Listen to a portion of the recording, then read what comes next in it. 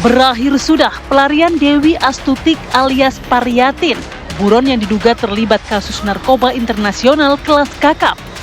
Perempuan berusia 43 tahun ini digelandang ke tanah air setelah dibekuk oleh Badan Narkotika Nasional (BNN) yang bekerja sama dengan sejumlah pihak berwenang di Kamboja. Penangkapan dilakukan melalui operasi senyap lintas negara pada 1 Desember lalu. Kita amankan tanpa perlawanan dan cukup kooperatif, dan laki-laki yang bersama yang bersangkutan saat ini masih dilakukan pendalaman. Yang bersangkutan ini, satu, dia adalah bagian dari jaringan internasional yang selama ini pindah dari negara ke negara lain, dan pada saat yang bersangkutan berada di negara Kamboja, kita dengan kerjasama tadi yang saya sampaikan, kita bisa menemukan titik yang bersangkutan sehingga kita lakukan penangkapan dengan kolaboratif antara negara Indonesia dengan pemerintah Kamboja. Sepak terjang WNI yang menjadi bos narkoba ini terbongkar setelah aparat mengungkap sejumlah kasus penyelundupan narkoba skala besar di Indonesia.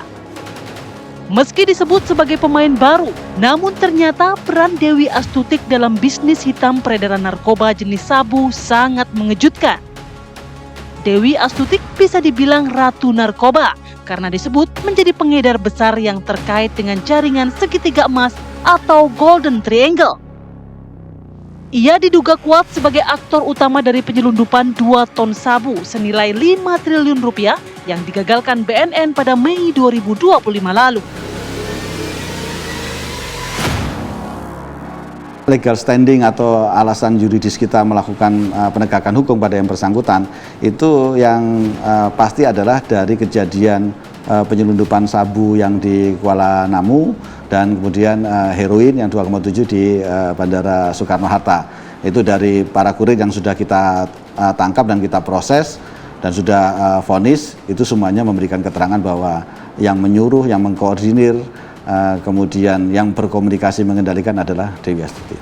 Lebih terang setelah pengungkapan ini, karena sebelumnya kami juga mencari siapa sebenarnya pemasok atau bandar besarnya atau yang terlibat dalam jaringan yang menyelundupkan narkotika di Indonesia. Itu kan masih misteri ya, selain memang nama-nama yang sebelumnya sudah pernah kita dengar seperti Freddy Batama dan lain sebagainya itu. Dewi Astuti diduga merekrut ratusan WNI. Mereka dibawa masuk jaringan narkoba internasional dengan tugas menjadi kurir narkoba lintas negara. Lantas seperti apa latar belakang Dewi Astuti? Bagaimana jejak langkahnya hingga bisa masuk dalam jaringan terlarang itu? BNN mengungkap, sebelum masuk lingkaran setan bisnis narkoba, Dewi Astuti pernah bekerja sebagai scammer atau operator penipuan online di Kamboja. Di dalam scammer itu di sana kenal beberapa orang yang dalam tanda kutip memang memiliki satu jaringan yang bisnis yang terkait dengan narkotika. Kemudian di situ dia dikenalkan dan pertama kali dia ikut bergabung di situ. Tugasnya dia utamanya adalah mencari kurir-kurir warga negara Indonesia untuk membawa narkotika bukan hanya untuk ke Indonesia. Gitu. Jadi di kawasan Asia sudah banyak yang dari Brasil, kemudian juga ada Ethiopia, ada Laos, itu dia lakukan. Tapi memang dia bertugas merekrut kurir yang berasal dari Indonesia. Barangkali passion dia untuk kejahatan di cyber itu tidak begitu menarik, tidak memberikan keuntungan yang luar biasa bagi dia. Kita ingat bahwa kejahatan narkotika ini uangnya tidak berseri. Yang jelas uangnya tidak ada serinya. Kalau saya mengupas dari sisi bagaimana tindak pidana pencucian uang soal ini, betapa dahsyatnya kejahatan narkotika ini. Jadi itu kira-kira pergeseran itu mungkin ke arah di situ. Banyak kan di Indonesia ini perempuan-perempuan yang secara ekonomi kurang mapan, ekonominya pas-pasan. Itu salah satunya adalah menjadi sasaran. Di desa asalnya, Balong, Ponorogo, Jawa Timur, Dewi Astuti dikenal dengan nama Paryatin. Sekitar tahun 2009, ia pamit meninggalkan suami dan anak-anaknya yang masih kecil untuk bekerja sebagai asisten rumah tangga di Taiwan. Pasrah kali hukum mawon gitu loh. Atau mawon loh. Dipasrahkan ke hukum ya? Nggih. keluarga sempat shock nggak Bapak terkait informasi itu Pak? Nggih, sempat shock niki. Nggak ngira Pak ya kalau Mboten ngira ngoten menjelaskan ya saya. Itu Alhamdulillah. berangkatnya kemarin tuh kapan tuh Pak? Sebelum puasa niku. Sebelum puasa tahun berapa Pak? Gitu. 24 nih. 2024. Pamitnya kemana Pak? Ya pamitnya ke rumah bosnya yang dulu Di Taiwan. Taiwan. Ya. Tapi ternyata nyampe di Kamboja itu gimana? Ya pamitnya kan gitu. Aku nggak tahu sama sekali mau pamitnya ke rumah majikan dulu. Ya sudah nggak tahu. Kaget Mas.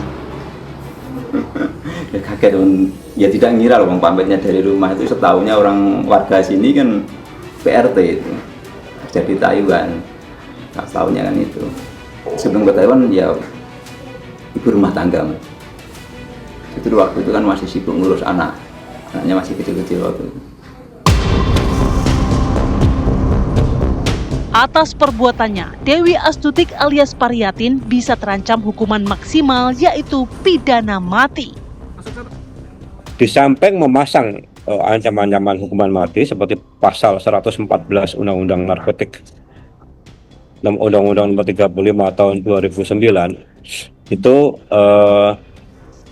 pasal 114 ayat 2 dan pasal-pasal berikutnya mengandung ancaman yang mengandung hukuman mati. Yang lain adalah pesan saya kepada teman-teman BNN, pasanglah sekalian dengan Undang-Undang TPPU. Jadi siapa si Astuti ini mengirim kepada siapa? Jadi yang pasif, yang aktif maupun yang pasif itu sama-sama kena. Penangkapan gembong narkoba Dewi Astuti ini menjadi langkah signifikan dalam perang melawan narkoba karena ditargetkan bisa menghentikan distribusi narkoba dari Golden Triangle dan kawasan-kawasan lainnya.